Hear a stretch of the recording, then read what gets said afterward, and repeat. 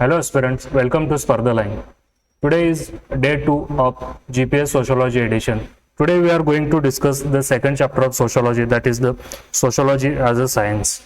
So before going to discussion, briefly we will see what we are going to do exactly. First, I'm gone across through all the PYQs. After going through PYQs, I have found that certain themes on UPSC usually ask questions based on these themes. They will year by year they will just change the context, but the theme will be same. So what we are going to do, we are preparing standard template for these themes.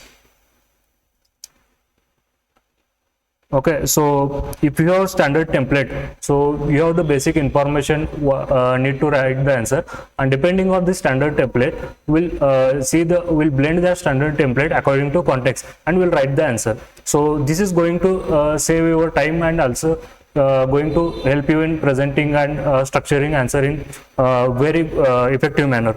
So we are introducing this initiative. So because we all know usually we'll get the 19 question in sociology.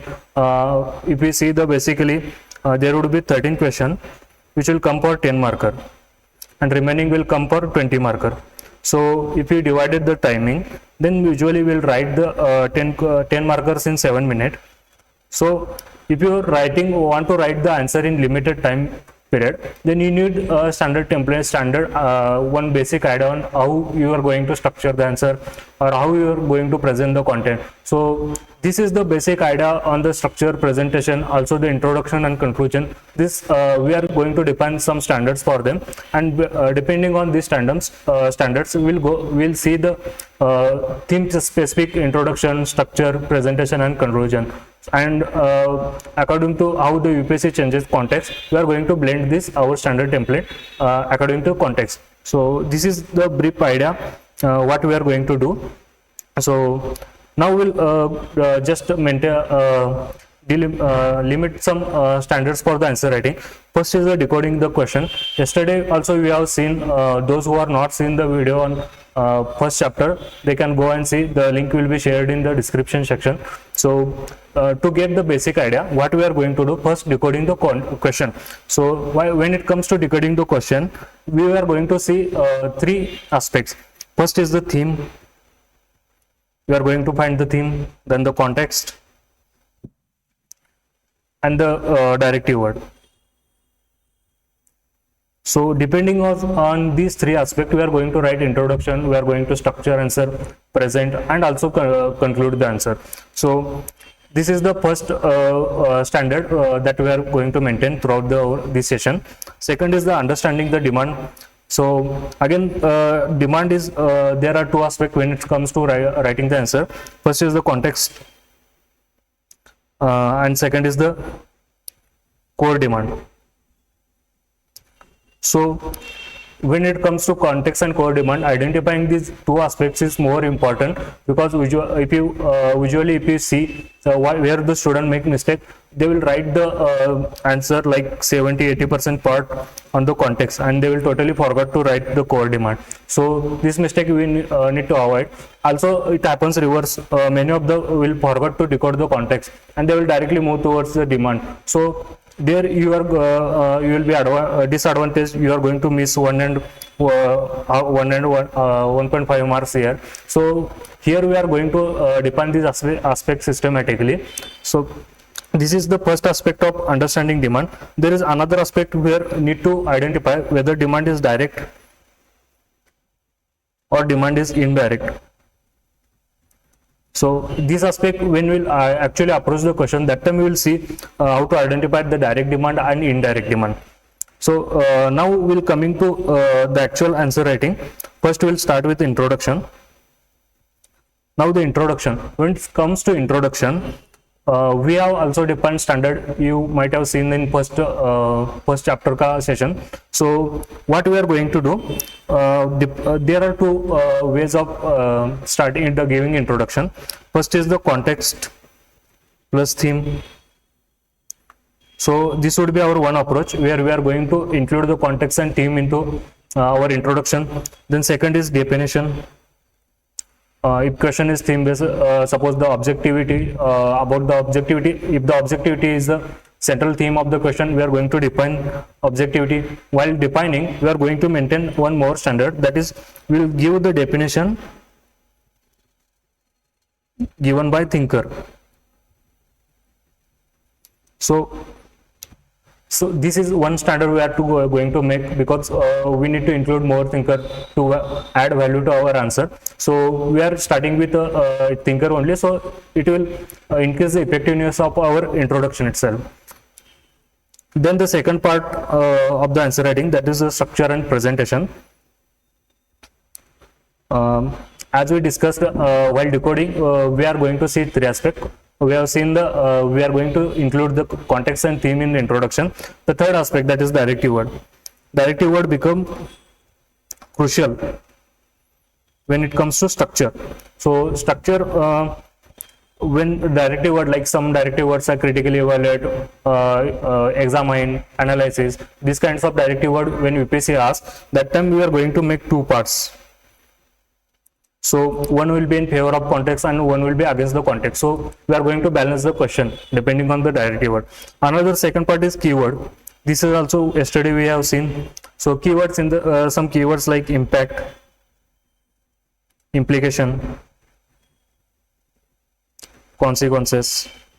Okay, these are the basic keywords. There can be more, but when it comes to impact, there can be impact can be positive, negative. Impact implication also can be positive, negative. Consequences also same way. They can have the both angles. So this way, when they ask the impact, implication, consequences word in neutral manner, then that time we are going to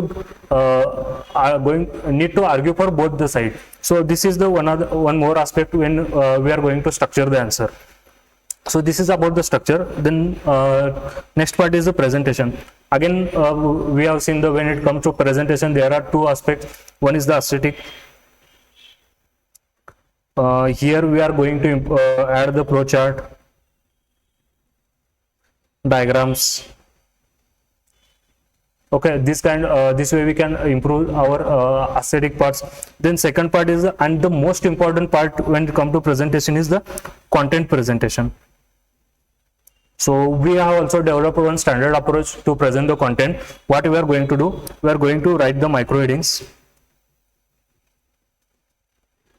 and these micro headings, the micro headings can be should be very short. It should contain 3 to 4 words, and these micro headings we are going to explain with the examples. So many of the time, as what aspirants does, they will explain, again they will give example. So again UPSC has they have introduced the word limit. So if you are doing the both aspect, then you are going to exceed the word limit. So to avoid this, what we are going to do, micro headings, and we will explain it directly by example. So this is a smart way we can use it here. So we can bring the more points in without exceeding the word limit. So this is about the content presentation. Again, the conclusion. When it comes to conclusion, we are going to have the standard conclusion. Yesterday also we have seen the first is the curative one.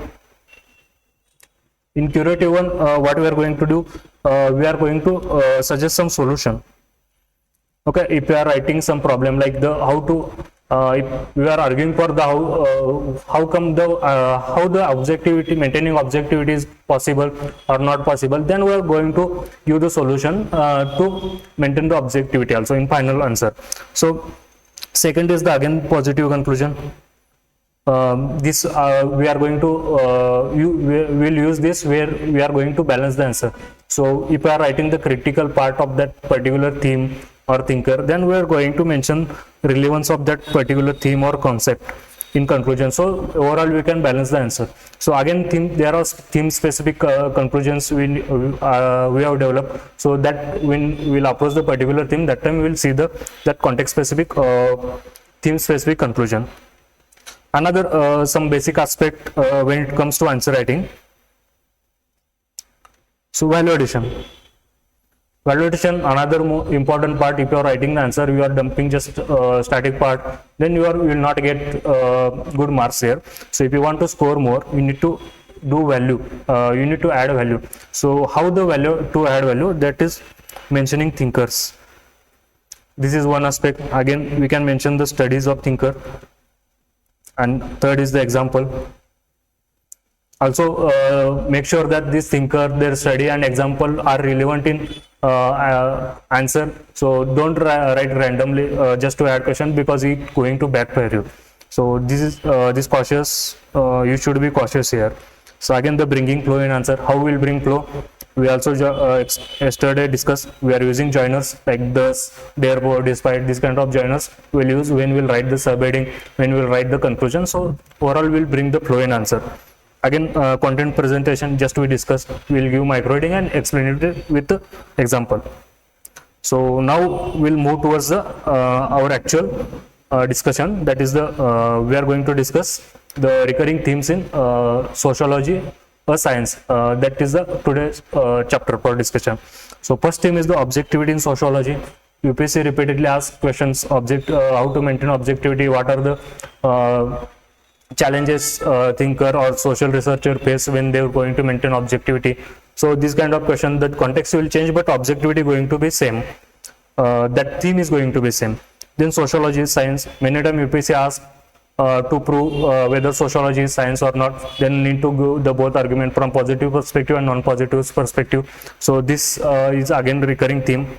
Then again the value-free sociology. So they are asked most of the time UPSC asks your opinion. Do you think whether sociology is value-free or not? So we are going to discuss. There is again the fundamental difference between when it comes to value and value-free sociology and objectivity in sociology. So this is also we are going to see. Then next is the scientific method and social researcher. So again, UPSC it will connect to the sociology science. Well, they will ask whether the use of scientific methods make sociology science or not. So this way they will integrate the themes and ask the question. And next question is the most famous, most loved theme. Theme is that would debate between positivism and non-positivism. This is also a recurring theme. If you see the last 3-4 years ka question, they are at least using one question, asking one question from these themes. And positivism, debate between positivism, non-positivism is their favorite theme. So question will come this year also. So we are going to discuss this theme also. Then we'll discuss the first question. Based on our first theme, that is objectivity in sociology. So there is question: how does researcher achieve objectivity in interpretive research? So as we discussed, we are this is the question based on theme, that is the objectivity. So this become themes. Okay, and second part is the identifying context. This is become context. Also, when we were seeing the second standards, that is identifying the understanding the demand. That time we see that direct demand, indirect demand. So if we see the question carefully, question says that how does researcher achieve objectivity in interpretive research? So what actually would you, the common mistake students does here, they will start with defining objectivity and directly they will write answer for this part only, how to maintain objectivity or achieve objectivity. They will totally forget this aspect, that is the interpretive research. But we need to integrate the both aspect. So here what we are going to do as per our standard approach, when it comes to introduction, we are going to define objectivity.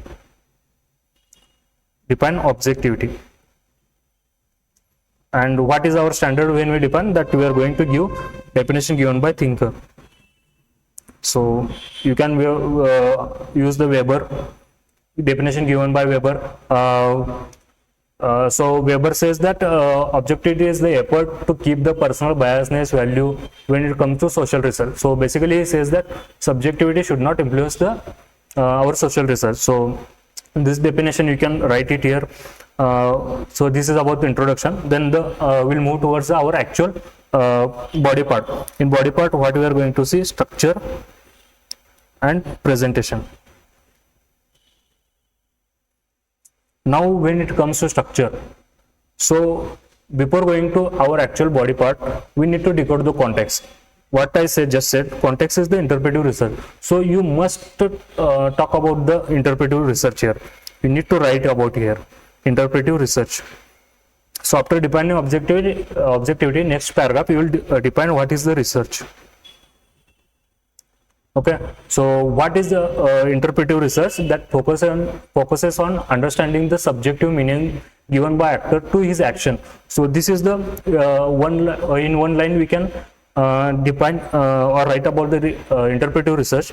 Again, the another most important part, we need to link this interpretive research with objectivity. So here also we need to add one more line. However, in interpretive research, there are the risk of researcher biasness, over identification, and cultural subjectivity. Thus, we need to use the following methods or the ways to achieve the objectivity in interpretive research. So, what we did it here, we have defined objectivity, then we wrote about the interpretive research, then we have written the one transitional paragraph to link the objectivity and the interpretive research. Then now we are going to write the what are the ways or how can researcher achieve the objectivity when it comes to interpretive research. So obviously when it comes to interpretive, Weber is the founder of this interpretive research. So we are going to mention what the methods or ways he given by him. Weber, where he says ideal type is the one way to attain the objectivity. Then is second was 10. So this is we are going to write. Then causal pluralism. So these three ways he suggests here. So we will write about that one only. Again, we can give the one example. Ideal type. What could be the example of ideal type? Here also one example, causal pluralism. We can directly use the Weber's own study of Protestant ethics and spirit of capitalism, where he used this method. So again we can give the example. When we will write about the ideal type, we will mention his own study of bureaucracy. So this way we are going to suggest method, and also we are going to give example. So this is the presentation part, structure part, and validation part. So again, it is not limited to Weber, because question has not mentioned what Weber suggests. It is general question, what does the researcher, how does the researcher achieve the objectivity? So you need to give other points also. You can write the Durkheim's social pact.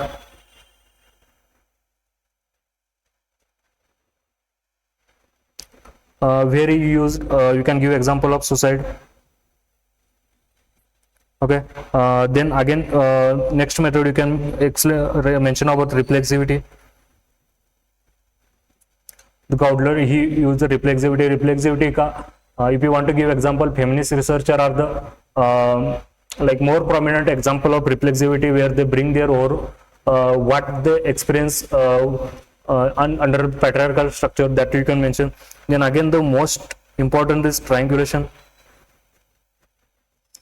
So this is the one way we can bring them different methods, sources, approaches to and combine them and achieve the objectivity.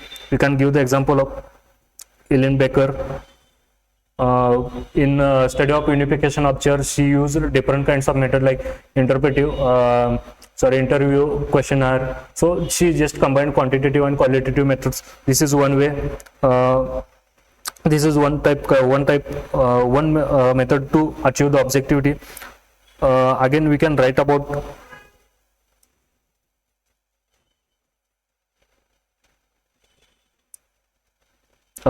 then next part we can write about the peer review or multidisciplinary peer review. So this is another important when it comes to maintain objectivity. Also, the Comte suggests restrict your research towards the to the macro aspects. So this we can mention. So what we are doing, we are bringing the what are the methods or ways suggested by thinkers. Also we are applying our analytical skill, like we are bringing some other what we have studied in third chapter, that is the research methods. So these aspects also we are bringing, and we are writing the answer. So now the next part is the conclusion part. So in conclusion, what we are going to see, we have seen that in interpretive there is a like challenges when it comes to maintaining objectivity and how to solve these challenges. We already have suggested some methods or ways. So in conclusion, we are actually balanced the answer in body part only. So what we will write here, we will write the summary here. Okay, so there are different ways, but again there is possibility. There are challenges when it comes to maintaining objectivity, but using these methods we can maintain the objectivity. So just we will write the summary in conclusion. So this is about the first theme, that is the objectivity. We have seen how we will introduce, how we will structure and present the content. Presenting, we are suggesting method, and we are giving example from the thinker study itself, or we can mention the other like general examples. We can mention the example of census, the other kind of like poverty survey. These examples we can mention here. Okay, the next part is the sociology as science. Okay, so on this aspect, UPSC asked one question. The question is quite dynamic. It is linked to the Durkheim study. So it is a combination of the thinker, that is the fourth chapter, Durkheim thinkers part, and also they are connected to scientific method. Okay, so here they are asking your opinion that does scientific method make sociology a science or not? Okay, so and they are asking like again when you will back your opinion, so they are asking illustrate your answer with Durkheim's method.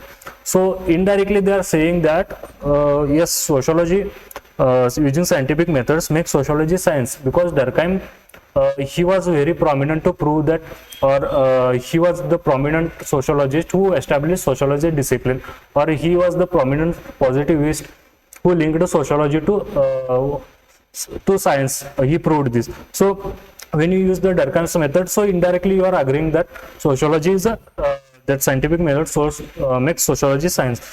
Okay, so we'll see there how we'll write the answer. First is again the introduction part. When it comes to introduction, our again standard approach, we can define the science here, or we can define sociology. When you will define about sociology, you can link it to Comte. So the best way to write the Comte's definition, because the Comte was the positivist and he was very keen to compare or establish sociology as a science. So Comte's definition you can write, and later you connect that positivist opinion, that positivist generally their approach was to establish sociology science. So this will become our transitional part. Then we will write yes, scientific methods make sociology science. According to Durkheim, scientific method makes sociology science. So here one by one we'll see the things, what the methodology Durkheim used. First was the social fact approach.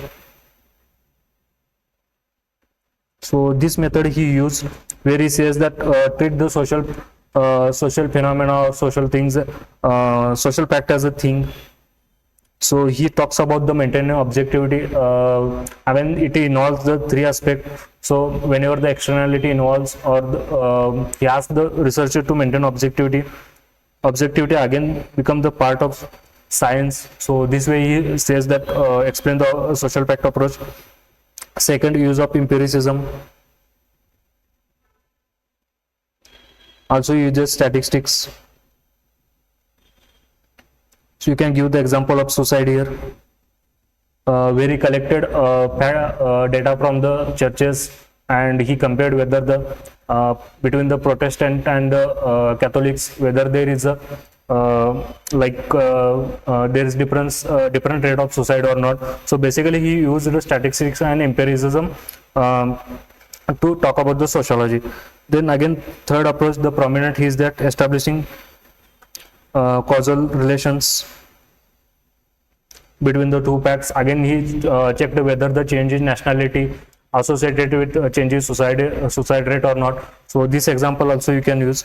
So basically when you write about the Durkheim's method and proving about the like what the positive method, so suicide is the best example, or the his study that you can use as an example here. So next again the positive aspect of Durkheim's approach is comparative method.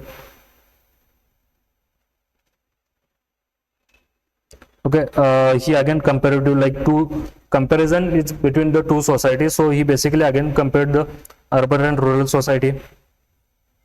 Okay, so this way again this approach he used here. Again prominent approach, that is maintaining objectivity apart from the social pact.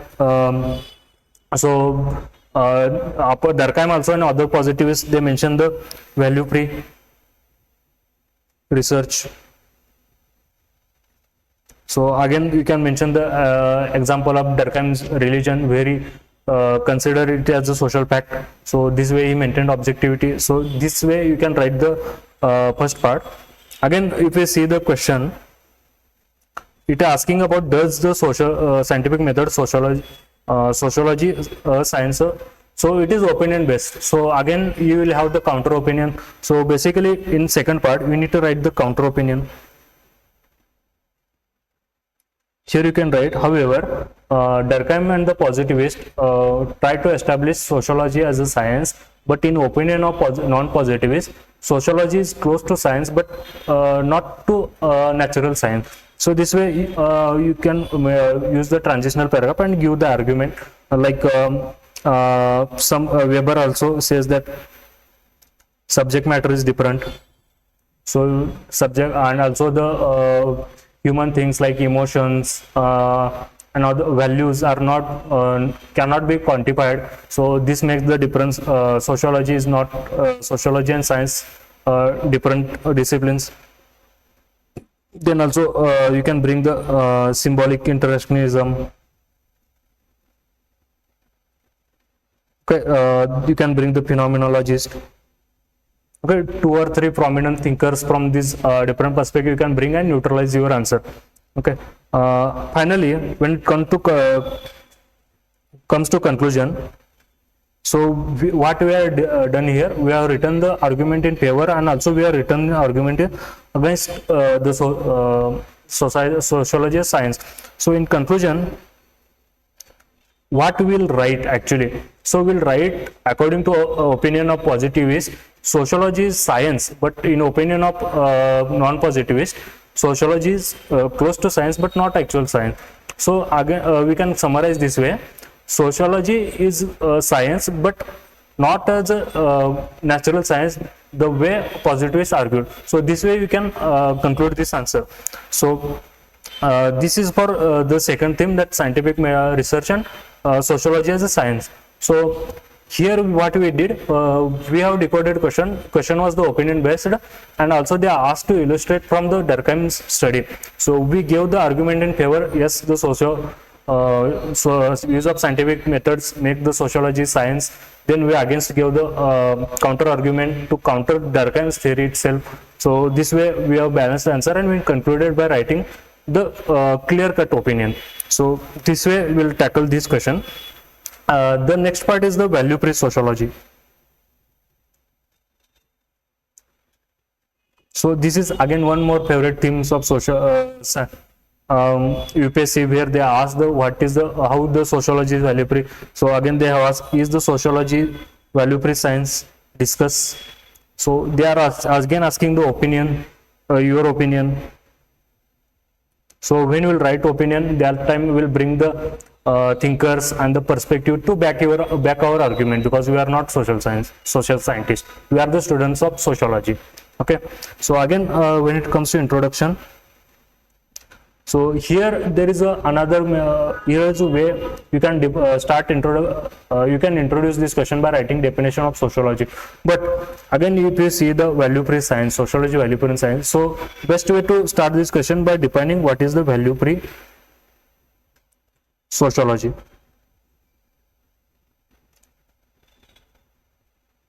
So when it comes to value free, objectivity is broad term, where the personal biasness, value, beliefs, that can be separated. When it comes to value free, then it comes to become personal. Basically we need to keep our personal biasness separate when we do the social research. So this way you can define what is the value free sociology according to positivist.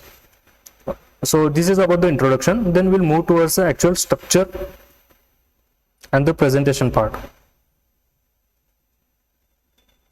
So when it comes to structure, Again, question is opinion based, so we need to write the two opinions, that is the sociology, yes, it is the value free science. Second, to counter it, so when we will write sociology value free, will bring the positivist, and again we'll write the sociology is not value free, that time we will bring the non-positivist.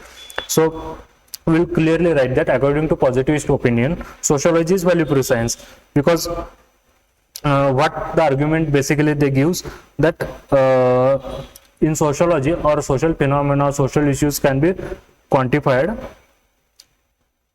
by using methods of natural science. Okay, so example, again Durkheim's methods, Durkheim's suicide, here we can give. Then again, what Durkheim says to make sociology value free, social fact. Okay, social fact where we'll maintain the objectivity and we'll keep our personal values separate. So this aspect we can mention here. Again, the next aspect, how we can mention the we can make the sociology value free by using empirical data. Okay, we can use the statistics. Again, the same Durkheim's theory, comparative analysis. Okay, so this way the positivist argues, we are not arguing, the positivist argues that, so this way sociology can become the value free. This is the first part of our. In second part, what we are going to see, we are going to give the arguments from non-positive perspective. What non-positivists say, sociology cannot be value free, cannot be value free. So if you want to justify this argument, we need to take the reference of some thinkers, say concepts, some studies done by them. So first we'll bring the interpretivist, who believes on knowing the subjective meaning and motive behind the action to understand the social reality or social issues, that we can write it here. Then second, again we can write about the context sensitivity. Here we can give the example from study of Weber. So his cultural background influenced his study of Protestant ethics and spirit of capitalism. Then again we can bring the dialectical perspective. So they were also in favor of the inclusion of value. We can give the example of Marx. So basically dialectic thinkers, they argues that believing on value free sociology means taking the soul or making it inhuman. So this aspect we can, and we can give the example of Marx, who stayed among the working class. So he always so his study of that critics to capitalism influenced by his that background. Then again you can give the example of feminist, who believes value inclusion to understand the patriarchal structure. So this way you can bring the different thinkers perspective to back the non-positivist argument. Again you can bring the phenomenologies, symbolic interactionism or ethnomethodologies, and reflexivity, we can bring it here. So finally after writing the argument for both sides, we are going to conclude discussion. When it come to conclusion, we need to again balance the answer. So before balancing, we give the brief summary of that one. So we can say that positivism aim for value free sociology, but non-positivists debunked this theory. But ultimately, this debate between positivist non-positive, what it did, it enriched the sociology as a discipline. So this way, we can conclude in a balanced and again in positive way. So this is about the our third theme, that is value free sociology. Then we are going for next theme, that is scientific method and social research. So UPSC usually, again this is one of the theme where they combine the scientific methods and social research and ask the question on them. So this question they ask, what are the characteristics, 1 minute.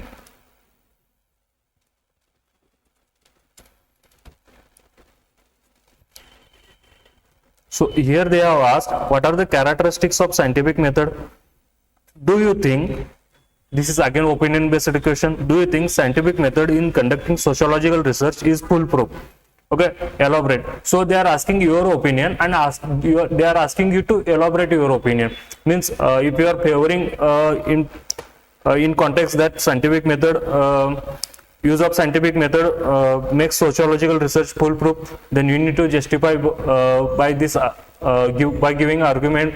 You can bring the different perspective also to justify your opinion, and or if you are going against this statement, then you need to justify that also.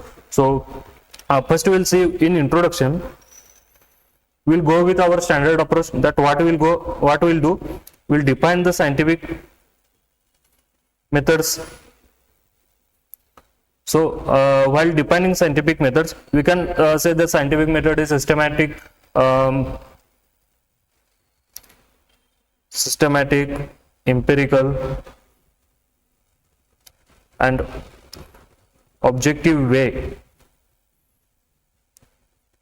to producing knowledge through different scientific method like observation, questionnaire, etc. So this way we can define this scientific method. Again, second part, we can link it to sociology also. Okay, so while linking, we can say that use of scientific method in sociology aims to make study more rigorous and evidence based. So this way we can define and link it to our sociology. Then we'll move towards the first demand, that is what are the characteristics of scientific method. So this would be our first demand. So here first, what are the characteristics? First is objectivity. So again, keeping the personal biasness values away from researcher. You can give example of Durkheim's suicide. Second, again, systematic observation, what you have written in definition itself. Systematic observation, you can write the example from caste studies conducted in India.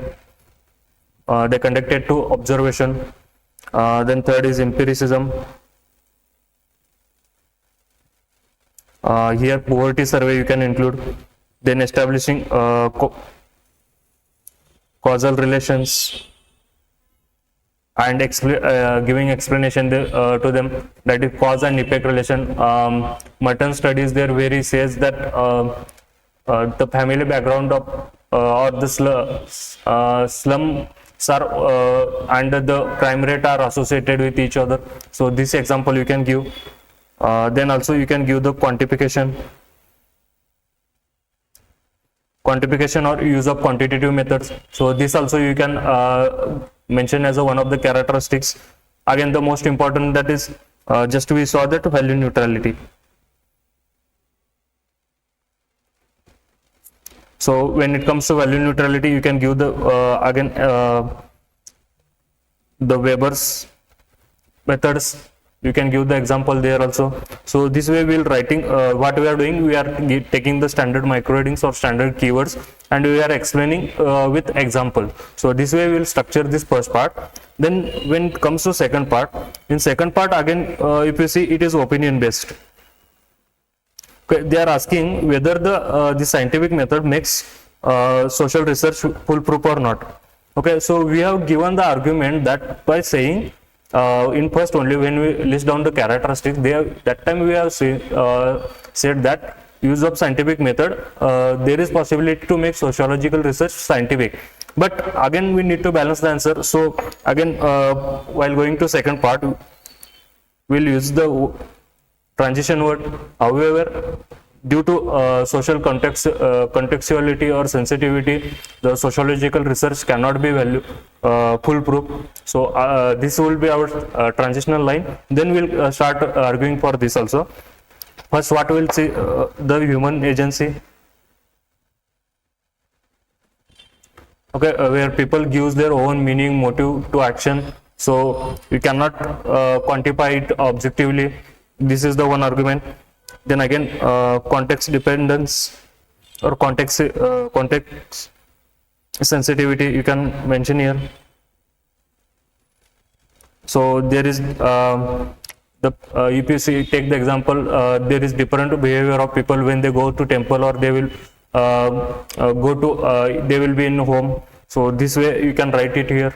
Again, researcher biasness. So this is the example where again the Weber theory you can mention, when Weber says that the social background in Europe helped in emergence of capitalism. When it comes to Oriental country like China, India, he took the selective element. So there was the biasness in his study. So this also you can mention. Again, another important is ethical constraint.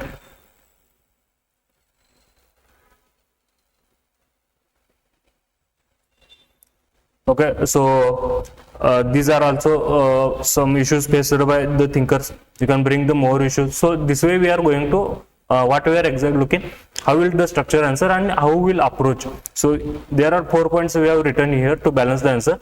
Finally, you can add more points here also. So finally, this is about the answer. We have given the argument in favor also, and we have given argument in against the statement. So we have balanced. Now when it comes to conclusion, what we did previously also, when we write the limitation or shortcoming, the critical opinion in the second last part, so that time in conclusion we will give the balanced and positive conclusion. So, and if you see this theme, you can give suggest the solution here. So you can say that use of scientific method cannot, there are limit due to certain limitation. Scientific method cannot make the social research foolproof, but there are certain ways suggested by thinkers like Weber's ideal type, Durkheim's social pact, or else you can suggest the triangulation. So use of these methods, the social research can make more objective and close to the scientific, close to science. So this way you can conclude it by giving the solution. So this way we are going to approach whenever we have the solution for particular challenge or limitation, we will mention it. If we don't have, then we again we can conclude it balanced and positive way. So our last theme is the positivism and non-positivism. So this is again the one of the favorite theme of UPSC. Usually at least one question will come every year on this one, on this theme. So they will ask what are the debate between the positivism and non-positivism. So we'll approach this theme by saying the question. So what question says, what are the shortfalls of positivism philosophy that gave rise to non-positivist method of studying the social reality? So again, here you need to read the between the line. Okay, what they are saying, what are the shortfalls? Before writing shortfalls, we need to write what the positivists want to say. So this you need to decode here. So again, the context is there. The context is silent, but you need to decode it here. So how we'll start? First, we'll give the introduction. In introduction, we'll define the positivism. Positivism is methodology or conviction that will use on the use of scientific natural method. The methods of natural science can be used to unearth the social complexity or solve the social issues. So this is the definition, we can write it here. Then we'll move towards the next part, that decoding this between the line. So here we can draw the flow chart, or we can we can write postulates of positivist, and one by one we can decode it here. What is the major postulate is unity of subject matter.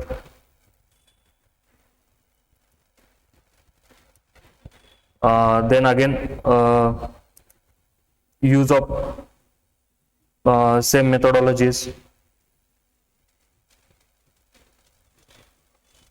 Then maintaining objectivity. So basically it is fact value dichotomy.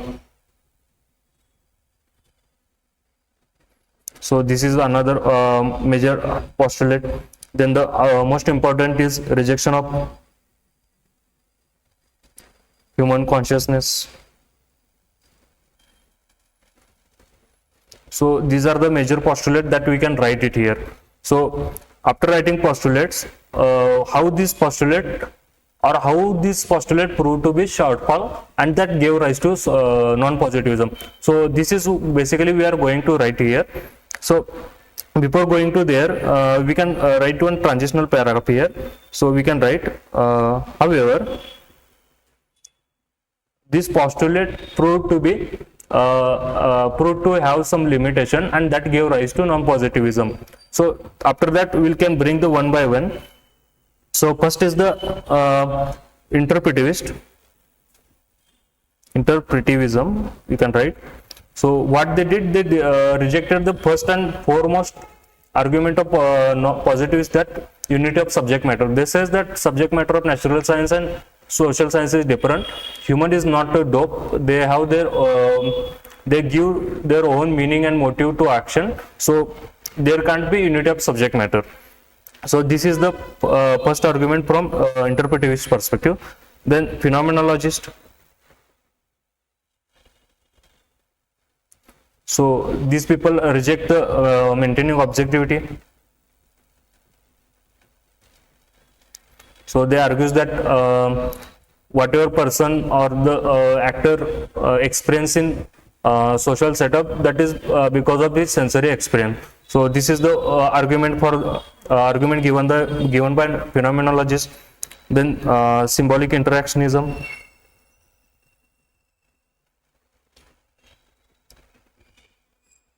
So basically symbolic interactionism says that both social setup and human, they shapes their I and me. Example you can give it here, where individual have their own originality, and also their character or the their behavior is shaped by social context through the me. So this is one argument. Ethnomethodology, you can bring how ethnomethodology develop.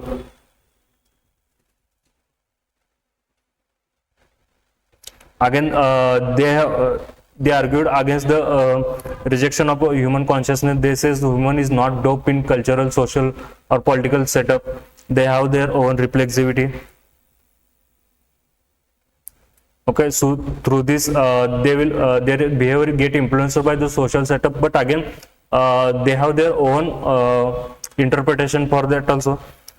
This argument you can bring it here. Then again reflexivity. So same again reflexivity says that social setup and the individual, they both influence each other. So this argument also you can give. So again falsification, most important. Basically Karl Popper, who was the propounder of this falsification, he says that he was against the use of inductive methodology. He promotes deductive methodology. So this is argument, you can write it here. So basically what we did, as per the question, we have shown that what are the postulates and how this postulate to prove to be shortfall, and that gave rise to non-positivism. So basically we have in two parts only we have argued argued for whole question. So now the last part is that is the conclusion.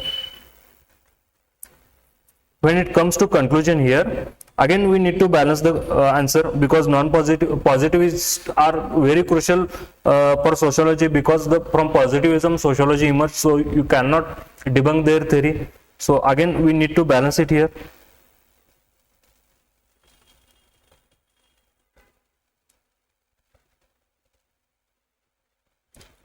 So we can again briefly write summary, and finally says that the debate between positivism and non-positivism helping in expanding scope of sociology. So again we are balancing, and also we are concluding in optimistic way. So this is about the all the themes. Basically if you see the question, this chapter sociology science, this is relatively easier chapter. So UPSC usually asks 1 or 2 questions, but the question will be direct But why we need the template? Because we need to write the answer in very short period. So that time if we have the predefined the standard template for every question, then you can finish the writing answer by so if you have good speed, then 5 minutes to 6 minutes. So whatever time you will save here, that time you can devote to the dynamic question. There UPSC usually asks the there will be some bouncers here. So there this bouncer you need to structure present, and for that you need to think in on spot. So for that whatever time you will save here, you can devote there. So again, this becomes discussing on developing template for this become very important for this reason. I have given you some practice question. You can try this one. Whatever template we discussed, you can apply this template and try these questions. For today, we are finishing this discussion. We'll meet tomorrow with our third chapter.